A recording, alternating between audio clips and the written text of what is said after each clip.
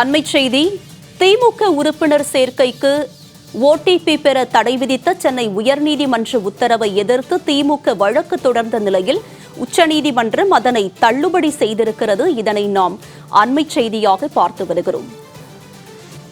திமுக தொடர்ந்த வழக்கை உச்சநீதிமன்றம் தள்ளுபடி செய்திருக்கிறது. உயர்நீதிமன்ற உத்தரவில் தலையிட விரும்பவில்லை என கூறி மனுவை தள்ளுபடி செய்திருக்கிறது உச்சநீதிமன்றம்.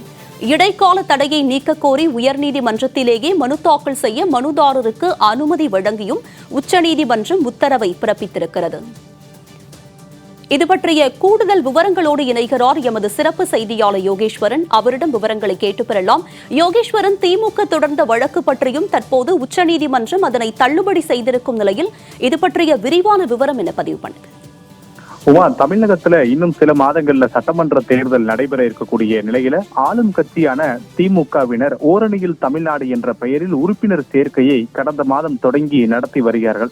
இந்த உறுப்பினர் சேர்க்கையின் போது ஒவ்வொரு வீடு வீடாக செல்லக்கூடிய திமுகவினர் அவர்களுடைய ஆதார் கார்டு உள்ளிட்ட ஆவணங்களை பெறுவதோடு அவர்களுடைய செல்போன் எண்களுக்கு ஓடிபி அனுப்பப்பட்ட அந்த ஓடிபி எண் அடிப்படையில பதிவு செய்ய கொள்ளப்பட்டதன் அடிப்படையில் திமுகவில் இணைந்ததாக பொதுமக்களுக்கு குறுஞ்செய்தி என்பதும் கிடைக்கப்பெறுகிறது. ஆனால் சிவகங்கை மாவட்டத்தை சேர்ந்த திருப்புவனத்தை சேர்ந்த ராஜ்குமார் என்பவர் சென்னை உயர்நீதிமன்றத்துடைய மதுரை கிளையில இந்த நகர்வுகளுக்கு எதிராக ஒரு பொதுநல மனு என்பதை தாக்கல் செய்கிறார். அந்த பொதுநல மனுவுல பொதுமக்களிடம் இப்படி அவர்களுடைய அனுமதியின்றி ஓடிபி பெறுவதோ அல்லது ஆவணங்களை கேட்பதோ என்பது மக்களுடைய சுதந்திரம் மற்றும் தனியுரிமை பாதுகாப்புல பல்வேறு குளறுபடிகளை ஏற்படுத்தும். இது ஒரு தனியுரிமை விதி மீறல் என்று குறிப்பிட்டிருந்தார்.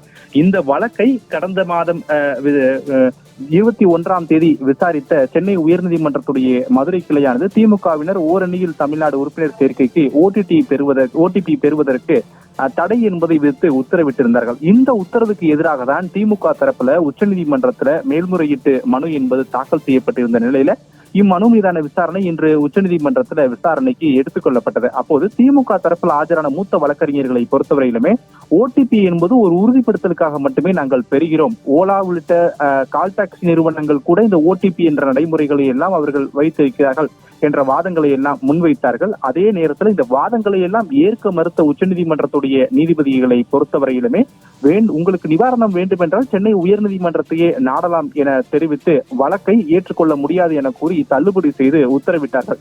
இருப்பினும் கூட திமுக தரப்பில் ஆஜராகி இருந்த மூத்த வழக்கறிஞர்கள் ஏற்கனவே சென்னை உயர்நீதிமன்றத்துடைய மதுரை கிளை விதித்திருக்கக்கூடிய தடைக்கு இடைக்கால தடையாவது உச்சநீதிமன்றம் விதிக்கப்பட வேண்டும், இதையாவது பரிசீலனை செய்யுங்கள் என்று முறையீடு செய்ய வாதங்களை எல்லாம் முன்வைத்த போது அந்த கோரிக்கையும் ஏற்க மறுத்த உச்சநீதிமன்ற நீதிபதிகள் உங்களுக்கு நிவாரணம் வேண்டும் என்றால் சென்னை உயர்நீதிமன்றத்தை ஒரு மனுவாக தாக்கல் செய்து நீங்கள் நாடலாம் என தெரிவித்து மனுவை தள்ளுபடி செய்வதாக நீதிபதிகள் தெரிவித்து விட்டார்கள். எனவே இந்த ஓரணியில் தமிழ்நாடு என்பது ஏற்கனவே கடும் எதிர்ப்புகள் எல்லாம் எழுந்திருந்த நிலையிலே சென்னை உயர்நீதிமன்றத்துடைய மதுரை கிளை தடை விதித்திருந்தது. இந்த தடை உத்தரவுக்கு எதிராக திமுகவினர் உச்சநீதிமன்றம் வரை சென்றிருந்த நிலையில் உச்சநீதிமன்றமும் தற்போது இந்த வழக்கை ஏற்றுக்கொள்ள முடியாது என கூறி மனுவை தள்ளுபடி செய்து உத்தரவிட்டிருப்பது திமுகவினருக்கு ஒரு பெரும் பின்னடைவாகவே கருத முடிகிறது. உங்களுடைய விரிவான விவரங்களுக்கு நன்றி யோகேஸ்வரன்.